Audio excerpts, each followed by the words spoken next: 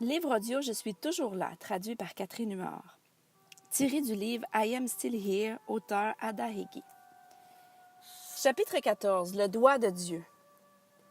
Partant du New Jersey, nous devions déménager et être relocalisés en Floride, car mon mari fut assigné à une nouvelle position dans le service militaire. Alors, nous avions plié bagages avec la famille et déménagé. Nous étions à Eustis, en Floride, où j'ai trouvé un poste sur la réserve de l'armée. Je voulais être dans le service militaire à temps plein. J'avais déjà 12 ans à mon actif et je voulais prendre ma retraite après 20 ans de service. En toute confiance en Dieu, j'ai décidé d'obtenir ma licence comme agente immobilière. Je crois que tout le monde qui déménage en Floride devrait en avoir une. Vraiment, j'ai obtenu ma licence comme agent d'immeuble et pendant 1 an, j'ai travaillé pour une compagnie.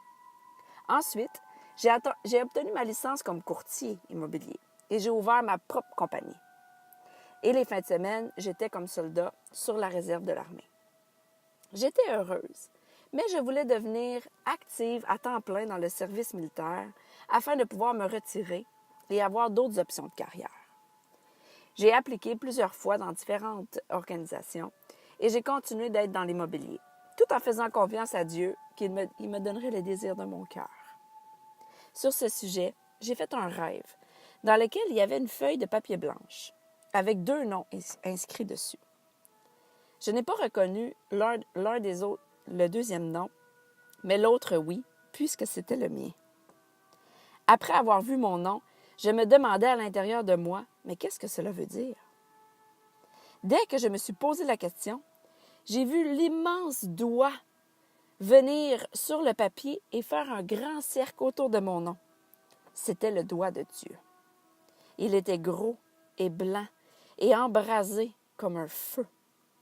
J'étais certaine que c'était le doigt de Dieu et qu'il avait encerclé mon nom. Je me suis réveillée. J'ai raconté mon rêve à mon mari et il me dit « Intéressant ».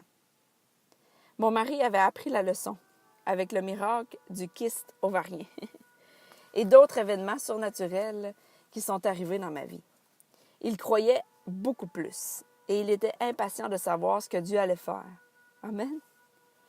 Nous n'y pensions pas souvent, on vaguait à nos occupations quotidiennes, tout en étant dans l'attente de quelque chose.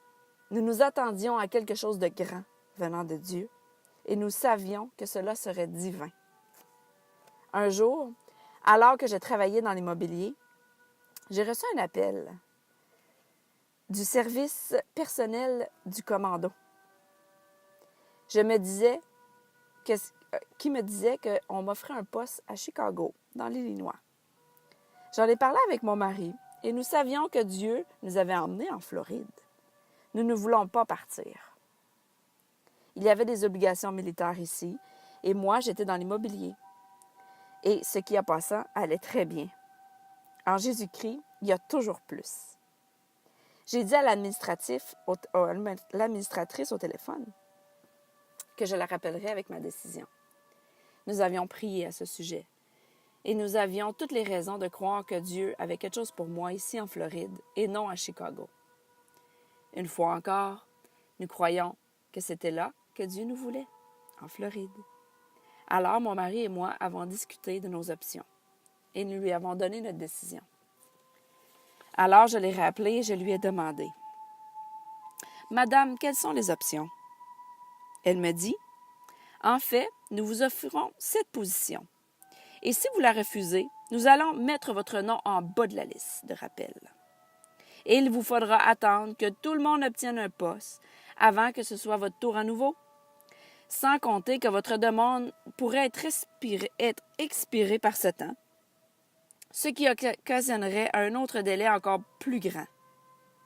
Alors, vous devriez refaire tout le processus administratif et cela retarderait de beaucoup votre demande, blablabla.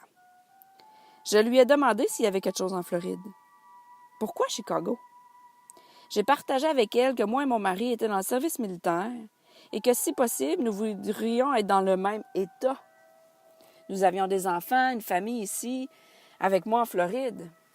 Et elle me répondit, « Laisse-moi regarder ça. » Et elle m'est revenue en me disant, « Non, il n'y a rien d'autre qu'on peut faire. » J'ai alors partagé ma foi avec elle et je lui ai raconté mon rêve avec le doigt de Dieu. En outre, je croyais que Dieu avait quelque chose de spécial pour moi en Floride. Elle s'est juste mise à rire et m'a dit « Tu es définitivement une rêveuse. Tu vas devoir prendre une décision maintenant. » Bien entendu, j'ai décliné l'offre, attristée, car cet emploi, je la voulais, mais elle n'était pas dans le bon état. Elle m'a entendu dans ma tristesse et m'a dit « OK, je mets ton nom en bas de la liste. » J'ai raccroché le téléphone en pleurant, en priant et en restant dans la paix parfaite de Dieu. Cette paix qui vient de lui seul. Nous sentions fermement que c'était la bonne décision à prendre.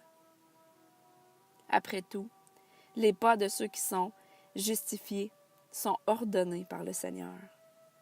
Et ceux qui sont enfants de Dieu sont dirigés par l'Esprit de Dieu. 2 semaines plus tard, mon mari et moi furent réveillés par la sonnerie de téléphone à 7 heures du matin. C'était le sergent du service de l'Armée nationale, demandant de parler à l'officier Hagee. Mon mari répondit, et j'ai entendu la conversation. Cela allait comme suit. « Elle dort en ce moment. Est-ce que je peux prendre le message? »« Qui est-ce encore? »« Oh, OK. » Pendant qu'il parlait au téléphone, j'ai vu son visage. Il était sous le choc, surpris, mais il avait la joie.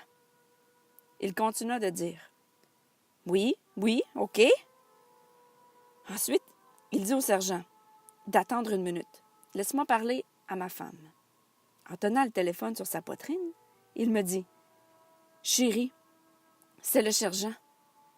Ils nous disent qu'il y a un poste pour toi à Sainte-Augustine, en Floride. Et ils disent qu'il est à toi si tu le veux. » J'ai souri en disant « Oui, dis-leur de publier l'ordre. » Il a répondu « Oui, elle le veut, elle accepte le poste. » Et ensuite, il est revenu me voir et me demander « Ils veulent savoir, c'est quand tu veux commencer. » J'y ai pensé pendant un moment, car cela était durant les vacances, à la fin de l'année 2000. Je voulais commencer en 2001. Alors, je lui ai dit que je voulais commencer l'année prochaine. Ils ont accepté et c'était fait. Ils ont dit à mon mari que j'obtiendrai toutes les informations du patron et que je recevrai par courriel le contact téléphonique. Surnaturellement, intervention divine. Étonnant, indescriptible, grandiose, majestueux. Dieu me rappela mon rêve et me dit « Je t'ai choisi pour ce travail. » C'était le service militaire. C'était le gouvernement. C'était au quartier général du personnel. Je n'ai eu aucune entrevue. Et ils n'ont même pas parlé à moi. Ils ont parlé à mon mari au téléphone. Ils m'ont même demandé quand je voulais commencer. Cela était en octobre 2000 et j'ai commencé en janvier 2001. Plus tard, j'ai appris qu'il avait sélectionné une autre personne pour cet emploi. Mais pour de mystérieuses raisons, la personne avait refusé. Alléluia! Dieu m'avait choisi. Dieu m'a choisi. Papa Dieu m'avait montré son plan. J'ai vu dans le rêve. L'autre nom, c'était l'autre homme. Nous étions 2 sur la liste et Dieu m'a choisi. Quand Dieu, Jésus, dit oui, personne ne peut dire non. Je te le dis, Dieu était là pour moi et il est encore là aujourd'hui. Il m'a préqualifié, il m'a justifié, il m'a prédestiné, il m'a glorifié pour cet emploi. Pour sa volonté, parce qu'il l'a fait pour moi, il va le faire pour toi et pour tous. Fais-lui confiance et reçois ton miracle aujourd'hui. Merci Jésus. Je t'aime, Seigneur.